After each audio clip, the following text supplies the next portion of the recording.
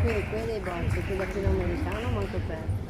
Mi dice come vai, poi dopo non tocca stare là perché mi dice non so.